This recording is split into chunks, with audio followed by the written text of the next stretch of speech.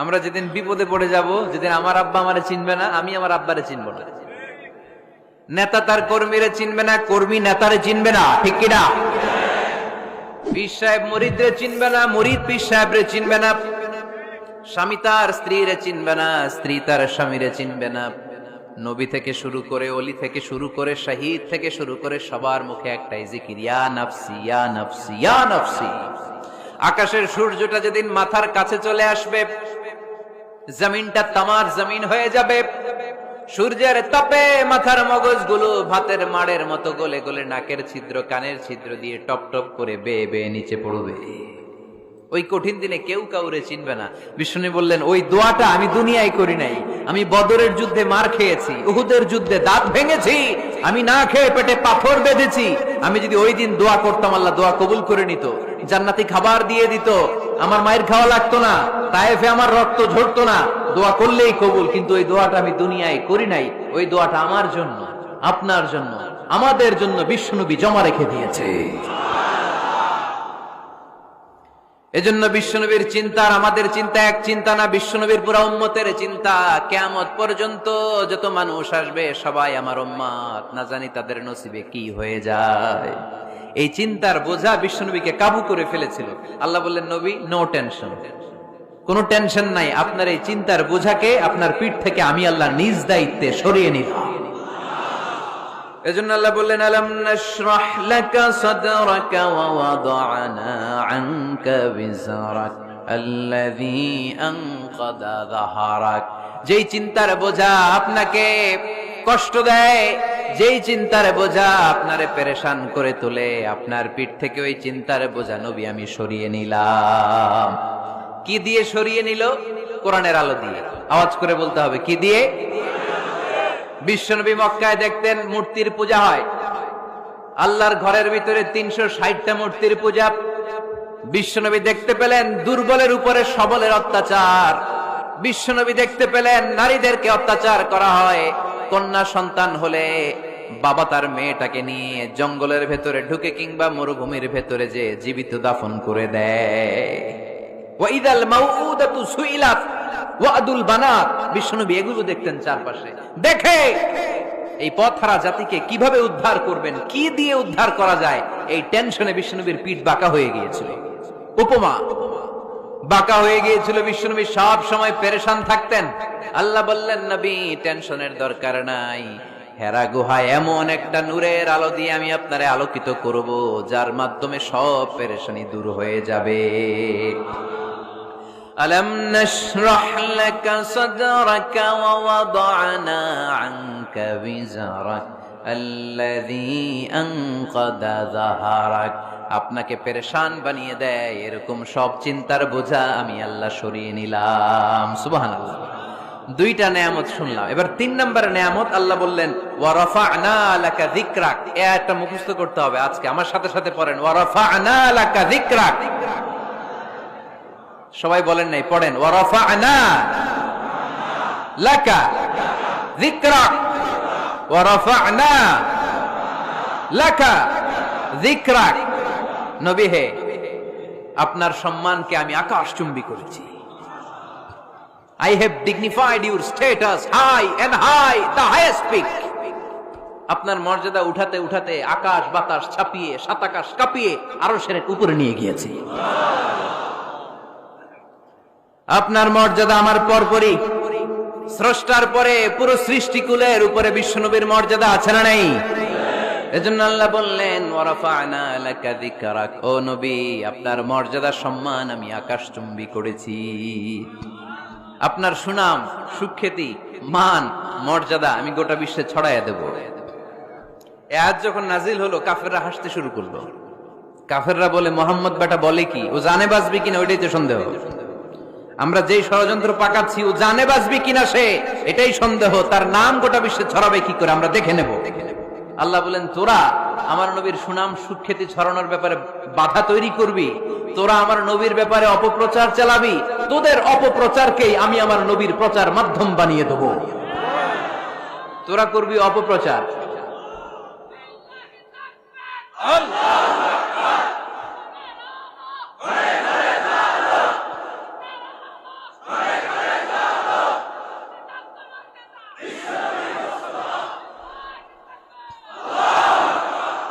তোদের অপপ্রচারকে আমি আমার নবীর জন্য প্রচার মাধ্যম বানিয়ে দেব। এরকম অনেক সময় হয় না যে কেউ কেউ অপপ্রচার করে কারো বিরুদ্ধে, এটা তার জন্য প্রচার হয়ে যায়। কেউ অপপ্রচার চালায়, আল্লাহর মেহেরবানিতে ওইটা তার পাবলিসিটি হয়ে যায়। তার আলাদা করে প্রচার বিভাগের টিম তৈরি করা লাগে না, তার বিরোধীরাই তার প্রচার বিভাগের কাজে নেমে পড়ে। বিশ্বনবী বললেন আল্লাহ বললেন তোরা আমার নবীর সুনাম সুখ্যাতিকে থামাবি, তোদের মাধ্যমে আমি বিশ্বনবীর সুনাম সুখ্যাতি গোটা বিশ্বে বুলন্দ করে দেব। আবু জাহেল ঘোষণা দিল, খবরদার, হজের মৌসুম, হাজী সাহেবরা গোটা বিশ্ব থেকে আসবে, আমার দলের কর্মীরা তোরা যেটা করবি সেটা হচ্ছে হাজীদের কাছে যে বলবি মক্কায় নতুন এক পাগল আসছে, নতুন এক জাদুকর আসছে, নাম মুহাম্মদ। নাউজুবিল্লাহ পড়বেন না? খবরদার হাজী সাহেবেরা, এই পাগলের কাছে যেও না।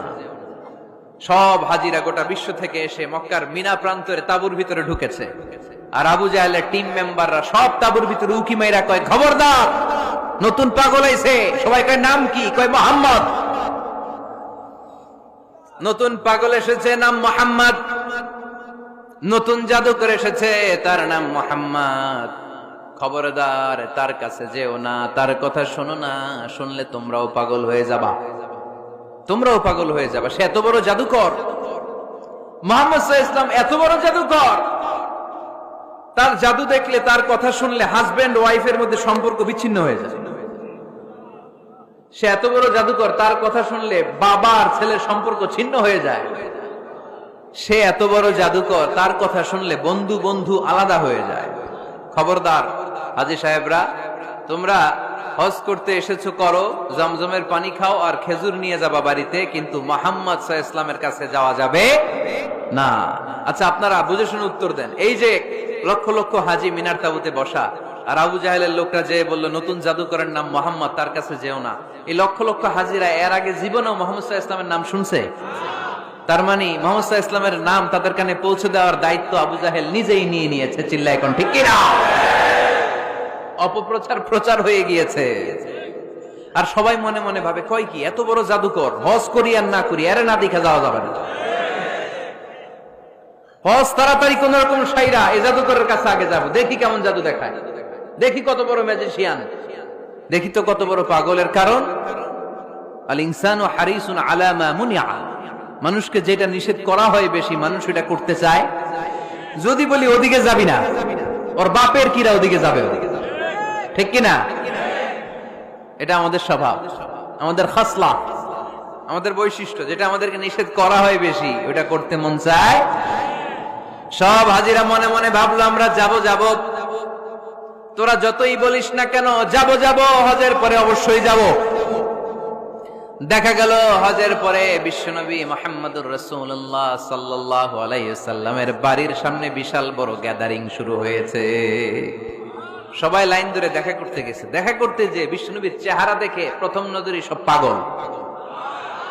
চাঁদের চেয়ে সুন্দর তুমি নবী আমার কামলিওয়ালা, চাঁদের চেয়ে সুন্দর তুমি নবী আমার কামলিওয়ালা, দু জাহানের বাদশাহ তুমি প্যারা নবী সাল্লে আলা, দু জাহানের বাদশাহ তুমি প্যারা নবী সাল্লে আলা, চাঁদের চেয়ে সুন্দর তুমি নবী আমার কামলিওয়ালা। সুবহানাল্লাহ পড়েন। এত সুন্দর চেহারা, বিষ্ণু ঈসা ইসলামের চেহারার মতো এরকম চেহারার মানুষ পৃথিবীতে আছে? দ্বিতীয়টা, অনেকে বলে সাইয়েদনা ইউসুফ আলাইহিস সালামের চেহারা নাকি বেশি সুন্দর। সুন্দর ঠিক, কিন্তু আমার নবীর চাইতে বেশি নয়। বিষ্ণু বলতেন আনা মালিহুন ওয়া আখি ইউসুফু সাবিহুন, আমার ভাই ইউসুফ হচ্ছে সাবিহ, সাবিহ মানে সাদা সুন্দর ধবধবে, আর আমি হচ্ছে মালিহ, মালিহ মানে এসেছে মিলহুন থেকে, মিলহুন মানে লবণ, মানে লাবণ্যময় সুন্দর।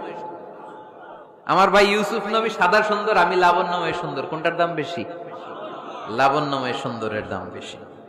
সাইয়েদনা ইউসুফ আলাইহিস সালামের চেহারা দেখে মিশরের মেয়েরা লেবু কাটতে যে বা কমলা কাটতে যে, আনার কাটতে, কমলা কাটতে যে আঙ্গুল কেটে ফেলেছিল। কোরআন তার সাক্ষী। ওয়া কাত্তা'না আইদিয়াহুন। আম্মা জান আয়েশা রাদিয়াল্লাহু তাআলা আনহা যখন এই ঘটনা শুনেছেন, তিনি মিশরের মেয়েদেরকে ডাক দিয়ে বলেছেন, ও মিশরের মেয়েরা, তোমরা ইউসুফ নবীর সৌন্দর্য দেখে লেবু কাটতে যে আঙ্গুল কেটেছ, আমার স্বামী পেয়ারা নবী মুহাম্মদ রাসূলুল্লাহর চেহারা যদি তোমরা দেখতা, তাহলে লেবু কাটতে যে আঙ্গুল নয়, কলিজাটা কেটে টুকরা টুকরা করে দিতা। আবার আম্মা জান আয়েশা বলতো, লাকুম শামসুন ওয়া লানা শামসুন, তোমাদের জন্য একটা সূর্য আছে, কিন্তু আমি আয়েশার জন্য আলাদা একটা সূর্য আছে। তোমাদের সূর্যটা প্রতিদিন সকালবেলা পূর্ব আকাশে উদিত হয়ে গোটা দুনিয়াটারে আলোকিত করে দেয়, আর আমার সূর্যটার নাম হলো মুহাম্মদ সাল্লাল্লাহু আলাইহি ওয়াসাল্লাম। মসজিদে নববীতে এশার নামাজের পরে আমার সূর্যটা আমার ঘরে উদিত হয়। তোমাদের সূর্য সকালবেলা পূর্ব আকাশে উঠে গোটা দুনিয়াটারে আলোকিত করে, আমার সূর্য মুহাম্মদ এশার নামাজের পরে আমার ঘরের ভেতরে যখন উকি দেয়, আমার পুরো ঘরটারে আলোকিত করে দেয় কে? এত সুন্দর চেহারা ছিল, ওনার চেহারার নূর দিয়ে হারানো সুই খুঁজে পেয়েছে বিশ্বনবীর স্ত্রীরা। চিল্লায় কোন আল্লাহু আকবার। বিশ্বনবীর চেহারার সৌন্দর্যের সাথে কারো সৌন্দর্যের কোনো মিল হবে? No comparison with our beloved prophet Muhammad sallallahu alayhi wasallam.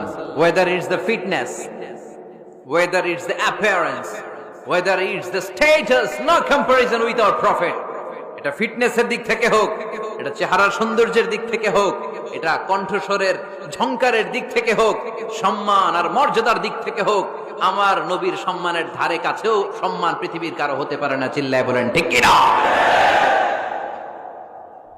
এজন্য আল্লাহ বললেন, ওয়ারাফা'না লাকা যিকরাক, নবী আপনার সম্মান বাড়াতে বাড়াতে আমি আকাশচুম্বী করেছি। লোকজন সব যে বিশ্বনবীর দরবারে লাইন ধরেছে, হাজিরা সব বিশ্বনবীর কাছে, যে চেহারা দেখেই কুপকার, বাকি জিনিস তো পরে। অনেকে আছে না, চেহারা দেখলেই মানুষ পাগল হয়ে যায়, আছে না নাই? চেহারা দেখেই পাগল, চেহারা দেখেই পাগল। তারপর তারা মিলাতে লাগলো। মিনার তাবুতে আবু জাহেলের কর্মীরা ঘোষণা দিয়েছিল, এলাকায় মোহাম্মদ নামে পাগল এসেছে। তারা মিলায়ে দেখে না, এই মহামানব কোনোদিন পাগল হতে পারে না, কারণ পাগলের চুলগুলো থাকে উস্কো খুস্কো, ঠিক কিনা? আমার নবী সাল্লাল্লাহু আলাইহি ওয়াসাল্লামের চুল উস্কো খুস্কো ছিল? কত সুন্দর চুল আঁচড়ে রাখতেন, জাইতুনের তেল দিতেন, আতর ঢেলে মাথার শীতের মধ্যে ঢেলে দিতেন, কপাল বেয়ে বেয়ে পড়তো, আর যেখানে সেজদা দিতেন সেজদার জায়গায় আতরের ঘ্রাণে আমোদ হয়ে যেত। হাতের তালুতে পারফিউম মাখতেন, আর মানুষের সাথে মুসাফা করলে যার সাথে মুসাফা তার হাতের সাথে নবীর ব্যবহৃত পারফিউমের ঘ্রাণ ছুটে যেত। এত পরিচ্ছন্ন ছিল। তারা বিশ্বনবীর বক্তব্যের মিল খুঁজে পায় না। তারা বলে, না, এই লোক কখনো পাগল হতে পারে না। পাগলের চুল থাকে উস্কো খুস্কো, জামা থাকে ছিঁড়া ফাড়া, গায়ের মধ্যে থাকে ময়লা। পাগল কখনো দাঁত মাজে না, কিন্তু বিশ্বনবীর মুচকি হাসির ফাঁক দিয়ে দাঁতের দিকে তাকালে মানুষগুলো সব পাগল হয়ে যায়। স্মাইল দিতেন বিশ্বনবী, স্মাইল, মুচকি হাসি, তাবাসসুম। বিশ্বনবীর মুচকি হাসি দেখলে মানুষ পাগল হয়ে যেত, পাগল পাড়া হয়ে যেত। তারা বলে, না না, এই মহামানব তো কখনো পাগল হতে পারে না। আবার মিলাতে লাগলো। আবু জাহেলের কর্মীরা বলেছিল এটা নাকি বড় জাদুকর, কিন্তু তারা বলে, না না, এই অসাধারণ লোকটা জাদুকর হতে পারে না, সে তো কোনো মন্ত্র পড়ে না। জাদু করার জন্য মন্ত্র পড়ার দরকার আছে না নাই? বিশ্বনবী কি মন্ত্র পড়তো? বিশ্বনবী কি পড়ে শোনাতো? চিল্লায় বলেন, কি পড়ে শোনাতো? কোরআন শোনাতো। এত সুন্দর কণ্ঠ ছিল বিশ্বনবীর, পাগল হয়ে যেত মানুষ শুনতে শুনতে, পাগল পাড়া হয়ে যেত, বিমুগ্ধ হয়ে যেত। তারা সবাই বলতে আরম্ভ করলো, আবু জাহেল তুমি মিথ্যাবাদী, তবে তোমাকে ধন্যবাদ এরকম একটা মানুষের সাথে পরিচয় করিয়ে দেওয়ার জন্য। সুবহানাল্লাহ কইলেন না? আমরা মেনে নিতে পারলাম না সে পাগল নয়, জাদুকর নয়, সে হলো এই জামানার পয়গাম্বার। আমরা পড়ে নিলাম লা ইলাহা ইল্লাল্লাহু মুহাম্মাদুর রাসূলুল্লাহ সাল্লাল্লাহু আলাইহি ওয়াসাল্লাম। রাফা'না লাকা যিকরাক, নবী হে, এইভাবে আমি আপনার সম্মানকে বাড়িয়েছি। হাইসুমা যুকিরতু যুকিরতা মাই, নবী যেখানে আমার নাম নেওয়া হবে, আমার পর পর আপনার নামও নেওয়া হবে। পড়েন সুবহানাল্লাহ। যেখানে আমার আল্লাহর নাম তারপরে আমার নবীর নাম আছে না নাই? কালিমার ভেতরে লা ইলাহা ইল্লাল্লাহ আমার আল্লাহর নাম শোভা পায়, তারপরে মুহাম্মাদুর রাসূলুল্লাহ দ্বিতীয় বাক্যে আমার নবীর সুন্দর নামটা আছে না নাই? কালেমার মধ্যে প্রথমে আল্লাহর নাম, তারপরে নবীর নাম। হাইসুমা যুকিরতু যুকিরতা মাই। নবী কিভাবে আপনার মর্যাদা আমি বাড়াবো জানেন? যেখানে আমি ওইখানেই আপনি, যেখানে আমার নাম নেওয়া হবে তারপরেই সৃষ্টিকুলের মধ্য থেকে শুধু আপনার নাম নেওয়া হবে। সুবহানাল্লাহ পড়েন। আপনার উম্মতেরা গোটা বিশ্বে সালাত আদায়ের জন্য আজান দিবে, আজানের প্রথম 4 বাক্যে আমি আল্লাহর বড়ত্ব আল্লাহু আকবার, তারপরের 2 বাক্যে আমি ছাড়া কোনো ইলাহা নাই এটার সাক্ষ্য দেয়া হবে, তারপরের 2 বাক্যে সবাই সাক্ষ্য দিতে বাধ্য আপনি ছাড়া দুনিয়ায় আর কোনো শেষ রাসূল নাই। তার মানে আজানের মধ্যেও আমার আল্লাহর নামের পরে আমার নবীর নাম আছে না নাই? এরপর আমরা একামত দিয়ে জামাত শুরু করি। এই জামাতের আগে যে একামতটা দেই, এই একামতেও আল্লাহর নামের পরে আমার নবীর নামটা আছে না নাই? আল্লাহু আকবার, আল্লাহু আকবার, আশহাদু আন লা ইলাহা ইল্লাল্লাহ, আশহাদু আন্না মুহাম্মাদার রাসূলুল্লাহ সাল্লাল্লাহু। তার মানে আজানে আমার নামের পরে আপনার নাম, একামতে আমার নামের পরে আপনার নাম। নামাজের শেষে যখন আমরা শেষ বৈঠকে বসি সেখানে বিশ্বনবীর উপর দুরূদ আছে না নাই? তার মানে সব জায়গায় বিশ্বনবীর নাম নেয়াকে আবশ্যক করে দিয়েছে কে? নবী। হে, এই গোটা বিশ্বের ভেতরে সূর্য উঠবে, সূর্য ডুববে, শীত যে গ্রীষ্ম আসবে, দিন যে রাত আসবে, এক মুহূর্তের জন্য আপনার নামের আলোচনা থামবে না। চিল্লায় বলো ঠিক কিনা? রাফা'না লাকা যিকরাক, I have dignified your status very high, very high। অনেক উপরে নিয়েছি, আকাশ বাতাস ছাপিয়ে, 7 আকাশ কাঁপিয়ে আরশ পর্যন্ত আমি আপনার মর্যাদাকে বুলন্দ করেছি। এই পৃথিবীতে যত আসমানি কিতাব এসেছিল সবগুলো আসমানি কিতাবে বিশ্বনবীর নাম উল্লেখ করেছে কে? তার মানে তাওরাতের ভেতরে বিশ্বনবীর নাম আছে না নাই? ইনজিলে, জাবুর, সুহুফে ইব্রাহিম, সুহুফে মূসা আল্লাযী ইয়াজিদুনাহু মাকতুবান ইনদাহুম ফিত তাওরাতি ওয়াল ইনজিল। ইহুদিরা খ্রিস্টানরা বিশ্বনবীর মানতে চাইতো না। তারা বলতো মুহাম্মদ তোমার নাম তো আমাদের কিতাবে নাই। বিশ্বনবী বললেন পড়ো। তারা পড়তে পড়তে বিশ্বনবীর জায়গাটা লুকিয়ে রাখতো, যেখানে বিশ্বনবীর নাম ওরা এভাবে ধরে রাখতো। বিশ্বনবী সাল্লাল্লাহু আলাইহি ওয়াসাল্লাম এক সাহাবাকে বললেন আমি তো ওদের ভাষা বুঝি না, তুমি ওদের ভাষা বুঝে দেখো কোন জায়গায় চোরামিটা করে। প্রতিটা কিতাবের প্রতিটা পাতায় পাতায় বিশ্বনবীর নাম আছে না নাই? সাইয়েদনা আদম আলাইহিস সালাম থেকে শুরু করে ঈসা আলাইহিস সালাম পর্যন্ত যত নবী এসেছে সব নবী সুসংবাদ দিয়েছে যে একজন নবী আসবে, যেই নবী আসার মধ্য দিয়ে এই আম্বিয়া আলাইহিমুস সালাম পৃথিবীতে আসার যে ধারাবাহিকতা, এই সিলসিলা, এই চেইনকে আল্লাহ তাআলা কাট অফ করে দিবে। সাইয়েদনা আদম তার বংশধরদেরকে বলেছে, নূহ আলাইহিস সালাম তার প্রজন্মকে বলেছে, ইব্রাহিম আলাইহিস সালাম তার জেনারেশনকে বলেছে, মূসা আলাইহিস সালাম বনি ইসরাইলকে শুনিয়েছে। সর্বশেষ সাইয়েদনা ঈসা আলাইহিস সালাম এসে বলেছে, ইয়াতি মিন বাদি ইসমুহু আহমদ, আমার পরে এমন এক নবী আসবে তার নাম, চিল্লায় বলেন, আহমদ বড় বিশ্বস্ত, সে কোন বন্ধু বলো বেশি বিশ্বস্ত, সে কোন বন্ধু বলো বেশি বিশ্বস্ত, কার কাছে মন খুলে দেয়া যায়, কার কাছে প্রাণ খুলে বলা যায়, হওয়া যায় অতি আশ্বস্ত, তার নাম আহমদ বড় বিশ্বস্ত। সুবহানাল্লাহ পড়ে। ইয়াতি মিন বাদি ইসমুহু আহমদ, আমার পরে এমন এক নবী আসবে তার নাম হবে আহমদ। এই নবীর পরে আর কোন নবী আছে? চিল্লায় বলেন, লা নবিয়্যা বাদি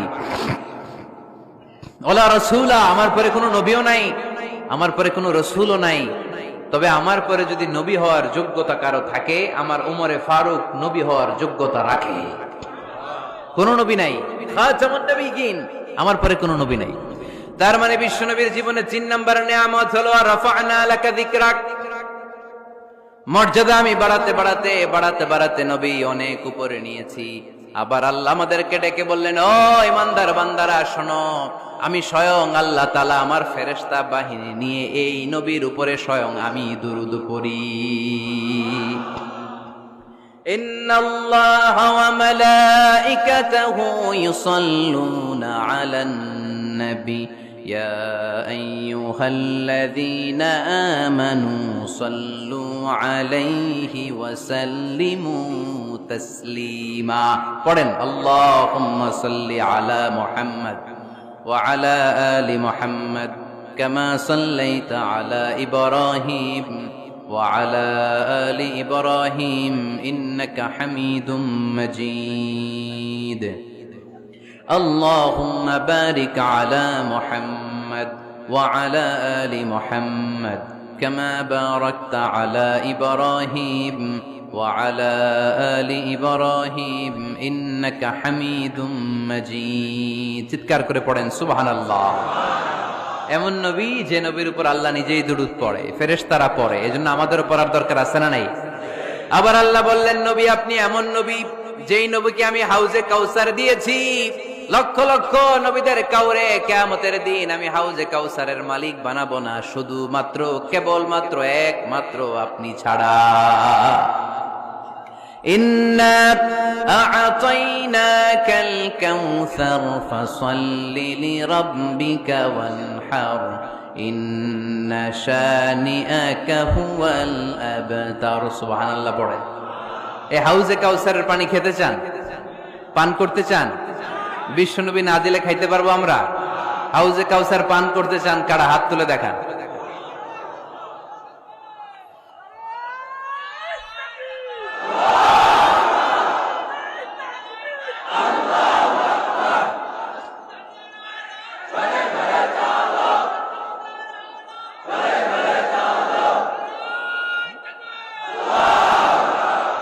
আহলা মিনাল আসাল, হাউজে কাউসারের পানি মধুর চেয়েও মিষ্টি। আবরাদু মিনাস সালজ, বরফের চাইতেও ঠান্ডা। আবিয়াদু মিনাল লাবান, দুধের চাইতেও সাদা। মান শারিবা মিনহা শারবাতান লাম ইয়াজমা আবাদা, এক ঢোক হাউজে কাউসারের পানি যে খাবে চিরকালের জন্য তার গলার তৃষ্ণা মিটে যাবে। ওই হাউজে কাউসার বিশ্বনবীকে দিয়ে বিশ্বনবীর মর্যাদা বাড়িয়েছে কে? আবার আল্লাহ বললেন, নবী পৃথিবীর অনেক নবীকে আমি নৈতিক বিজয় দান করেছি, কিন্তু সবাইকে আমি রাজনৈতিক বিজয় দান করি নাই। আপনাকে আমি এমন নবী করে দুনিয়ার বুকে পাঠিয়েছি, আপনাকে আমি নৈতিক বিজয় দান করেছি, পাশাপাশি রাজনৈতিক বিজয়ও দান করেছি। সুবহানাল্লাহ। বিশ্বনবী একাধারে যেমনি মসজিদে নববীর ইমাম ছিলেন, পাশাপাশি মদিনার রাষ্ট্রের প্রেসিডেন্ট ছিলেন, ঠিক কিনা? তার মানে ইমাম বা নেতা এমন হওয়া দরকার যে নামাজও পড়াতে পারে, আবার সমাজও শাসন করতে পারে, ঠিক কিনা? এমন নেতার দরকার আছে না নাই? এজন্য বিশ্বনবী বললেন, রব্বি আদখিলনি মুদখালা সিদকিন ওয়া আখরিজনি মুখরাজা সিদকিন ওয়াজআলনি মিন লাদুনকা সুলতানান নাসীরা। ও আল্লাহ, আপনি আমারে সত্যতার সাথে মক্কায় রাখেন, বের করলেও সত্যতার সাথে বের করেন, আর আপনি আমাকে বিজয়ী শক্তি দান করেন। বিজয়ী শক্তি, রাজনৈতিক শক্তি বিশ্বনবী আল্লাহ তাআলার কাছ থেকে দোয়া করে চেয়ে নিয়েছেন। চিল্লায় বলেন ঠিক কিনা? রাজনৈতিক শক্তির দরকার আছে না নাই? দরকার আছে? তা আস্তে করে বললেন কেন? রাজনৈতিক শক্তি থাকার দরকার আছে না নাই? দেখেন, বাংলাদেশ সৃষ্টি হয়েছে কত সালে বলেন? কত সাল? বাংলাদেশের বার্থডে কবে? 1971-এ। এই 71 সালের পর থেকে আমাদের বাংলাদেশে সুদ আছে না নাই? কিন্তু সুদের বিরুদ্ধে ওয়াজ আছে না নাই? আলেম ওলামারা আজীবন সুদের বিরুদ্ধে ওয়াজ করছে। আমরা ওয়াজ আগে করতাম, এখন করতেছি, সামনেও করব, মাগার সুদ মরবে না। এর কারণ যেটা আইন করে প্রণয়ন করা হয় ওইটা ওয়াজ করে মারা যায় না, ওইটারে আইন করে নষ্ট করতে হয়। চিল্লায় বলেন ঠিক কিনা? আমি সারা জীবন সুদের বিরুদ্ধে ওয়াজ করলে সুদ যাবে না। কিন্তু দেশনেত্রী মাননীয় প্রধানমন্ত্রী যদি কালকে ঘোষণা দেয় বাংলাদেশের কোন ব্যাংকে ব্যাংকিং ফিনান্সিয়াল ট্রানজাকশনে কোনো সুদ চলবে না, তার পরের দিন থেকে বাংলাদেশে কোনো সুদ থাকবে না, চিল্লায় বলেন ঠিক কিনা? এজন্য সাইয়েদনা ওমর ফারুক বলতেন, ইন্নাল্লাহা লা ইয়াযাউ বিল কুরআন মা ইয়াযাউ বিস সুলতান। আল্লাহ মাঝে মাঝে ক্ষমতার মাধ্যমে এমন কিছু করে যেটা আল্লাহ কোরআনের মাধ্যমেও করে না, চিল্লায় বলেন ঠিক কিনা? কালকে যদি ঘোষণা হয়ে যায় 5 ওয়াক্ত নামাজ যদি না পড়া হয় 5 বেত, কয় বেত? চেয়ারম্যান না পড়লে চেয়ারম্যানের পিছনে 5 বেত, এমপি না পড়লে এমপির পিছনে 5 বেত। কথা বলেন? মাননীয় প্রধানমন্ত্রী যদি এটা ঘোষণা দিয়ে দেয় যে কালকে থেকে নামাজ না পড়লে 5 বেত, এটা সবার জন্য এই আইন। একটা বেনামাজি খুঁজে পাওয়া যাবে? সব কই দৌড়াবে মসজিদে, অজু থাকলেও দৌড়, না থাকলেও দৌড়। কারণ মায়ের উপরে কোনো ওষুধ আছে? কথা বলেন? কারণ মায়েরে ভিটামিন আছে, মায়েরে কি আছে? এজন্য ইন্নাল্লাহা লা ইয়াযাউ বিল কুরআন মা ইয়াযাউ বিস সুলতান। মাঝে মাঝে আল্লাহ ক্ষমতা দিয়ে এমন কিছু করে যেটা মাঝে মাঝে আল্লাহ কোরআন দিয়েও করে না। এজন্য অনেক নবীকে নৈতিক বিজয় দান করলো, বিশ্ব নবীকে শুধু নৈতিক বিজয় নয়, পাশাপাশি রাজনৈতিক বিজয়ও দান করেছে কে? 3টা নিয়ামতের ঘোষণা দিয়ে আল্লাহ বললেন, আলাম নাশরাহ লাকা সাদরাকা ওয়া ওয়াদা'না আনকা বিজরাক আল্লাযী আনকাযা যাহরাক ওয়া রাফা'না লাকা যিকরাক। পড়েন সুবহানাল্লাহ। নবী হে, আপনার মর্যাদা আমি অনেক বাড়িয়েছি। আপনার কথা শুধু মুসলমানেরাই বলে না, হিন্দুরাও বলে, আছে না নাই? গতকাল এক হিন্দু ভাই আমার হাতে হাত রেখে শাহাদা বাক্য পাঠ করে গাজীপুরে মুসলমান হয়ে গেছে। বিশ্বনবীর কথাগুলো যখন তারা শোনে, তারা নিজেদেরকে ধরে রাখতে পারে না। আপনারা মহাত্মা গান্ধীর নাম শুনেছেন? তিনি ভারতের অবিসংবাদিত নেতা। বিশ্বনবীর ব্যাপারে কমেন্ট করেছেন যে এরকম নেতা পৃথিবীতে আর দ্বিতীয়টা কখনো হবে না। মহাত্মা গান্ধী কি মুসলমান না হিন্দু? গোটা বিশ্বের খ্রিস্টানরা বিশ্বনবীকে নিয়ে এখন মাতোয়ারা। মাইকেল এইচ হার্ট খ্রিস্টান, একটা বই লিখে গোটা বিশ্ব কাঁপিয়েছেন, দি 100 ranking of the most influential people and person in the world. পৃথিবী কাঁপানো 100 জন মনীষীর জীবনী নিয়ে একটা বই তিনি করেছেন। এই 100 জন মনীষীর জীবনীর মধ্যে যাকে নাম্বার 1 তিনি করেছেন, তিনি হচ্ছেন আমার নবী, আপনার নবী, পেয়ারা নবী, বিশ্বনবী মুহাম্মদুর রাসূলুল্লাহ সাল্লাল্লাহু আলাইহি ওয়াসাল্লামের। মাইকেল এইচ হার্ট কি মুসলমান? সে একজন খ্রিস্টান। তার মানে ওয়া রাফা'না লাকা যিকরাক, বিশ্বনবীর সম্মান শুধু আমাদের মুখ দিয়ে প্রচারিত হয় না, ইহুদি, খ্রিস্টান, বৌদ্ধদের মাধ্যমেও বিশ্বনবীর সম্মানকে বাড়িয়ে দিচ্ছে কে? I have studied him, the wonderful man, in my opinion, far from being antichrist, and he must be called the savior of humanity. খ্রিস্টানরা বলছে আমরা এই মুহাম্মাদের জীবনী গবেষণা করে পড়েছি, তাকে খ্রিস্টান বিরোধী বলা তো দূরের কথা, তাকে মানবতার ত্রাণকর্তা বলতে হবে। তিনি গোটা বিশ্বের জন্য সুপারম্যান হয়ে পৃথিবীতে এসেছে। As a father, as a teacher, as a lawgiver, as a lawmaker, Muhammad is the superman of the world. স্বামী হিসেবে, পিতা হিসেবে, নেতা হিসেবে, নবী হিসেবে মুহাম্মদ ইসলাম সাধারণ কোনো মানুষ নয়, তিনি গোটা বিশ্বের জন্য সুপারম্যান হয়ে পৃথিবীতে আগমন করেছে। ওয়ারাফা'না লাকা যিকরাক। নবী, দুশ্চিন্তা করবেন না, টেনশন করবেন না, আমি আপনার সম্মানকে বাড়িয়ে দেব। এই 3টা নিয়ামতের বর্ণনা সূরা ইনশিরাহের ভিতরে বর্ণনা করলেন কে? এরপরে রাব্বুল আলামিন বিশ্বনবীকে নিয়ামতের বর্ণনার ঘটনা শুনিয়ে বিশ্বনবীকে সান্ত্বনা বাণী শোনাচ্ছেন আর পড়ছেন, ফা ইন্না মাআল উসরি ইউসরান, ইন্না মাআল উসরি ইউসরা।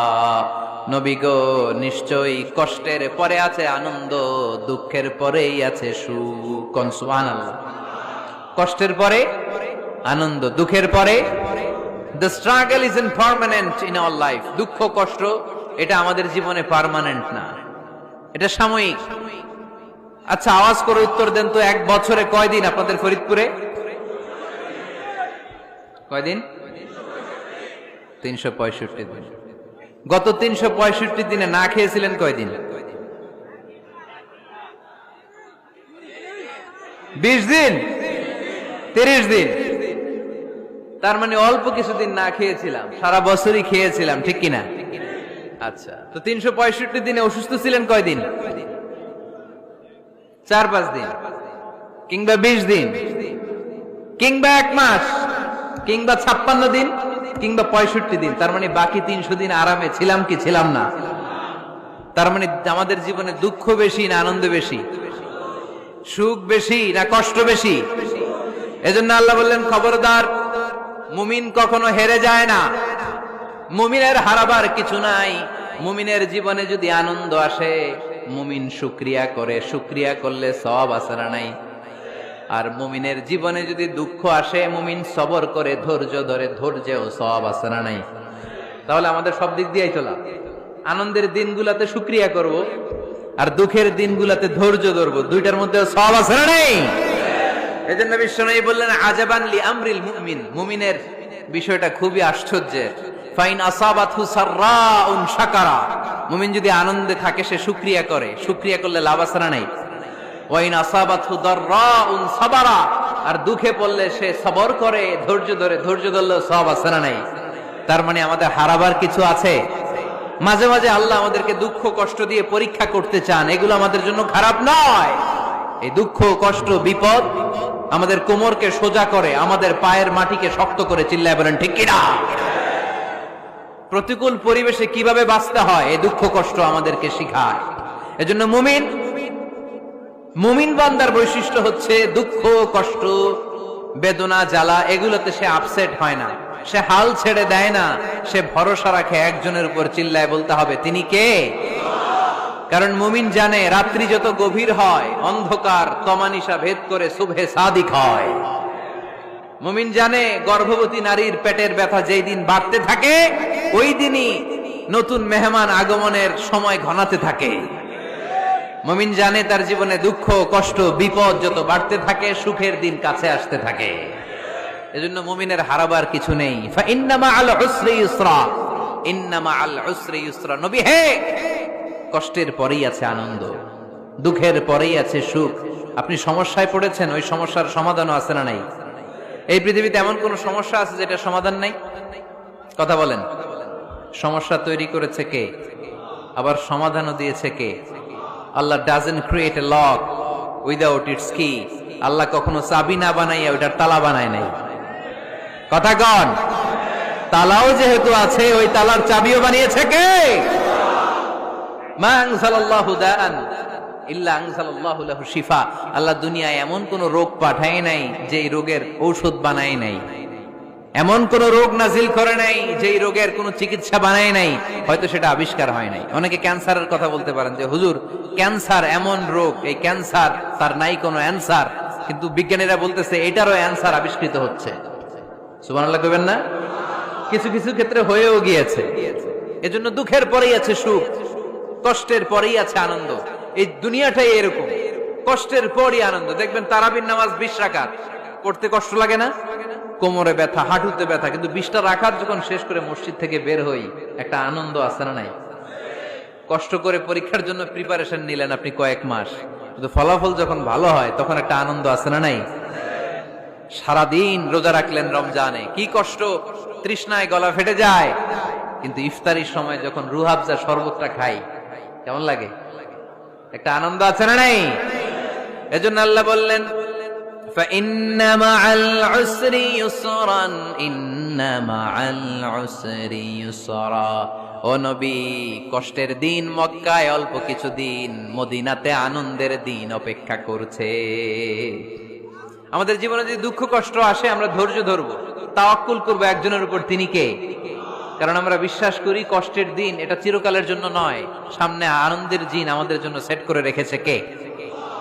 তাহলে আমরা সূরাতুল ইনশিরাহ থেকে 3টা নেয়ামতের বর্ণনা শুনলাম, বিশ্বনবীকে কি সান্ত্বনা দেয়া হলো সেটা শুনলাম। এবার 2টা গাইডলাইন শুনে তাফসীর আমরা শেষ করব। শুনতেছেন? কষ্ট হচ্ছে? উঠা বসা করতেছেন কেন? গাইডলাইন নাম্বার 1, ফাইদা ফারাগতা ফানসাব। নবী আপনি যখন অবসর হন, আপনি ইবাদতে মশগুল হন।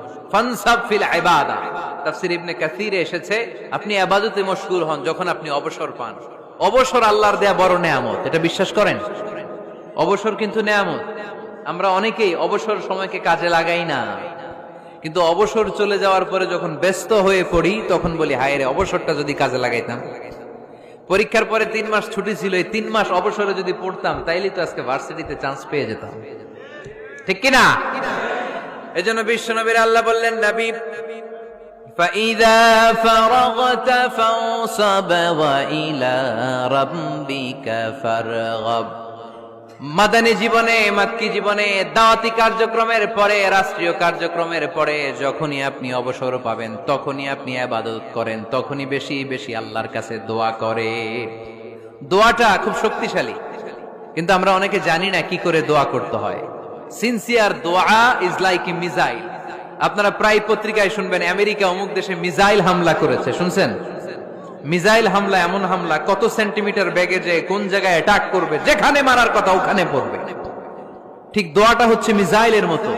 আপনি যদি দোয়ার মতো দোয়া করতে জানেন, ওই দোয়াটাও জায়গা মতো যে ভেদ করবে। চিল্লা এখন ঠিক কিনা? কিন্তু আমরা দোয়া করতে জানি না।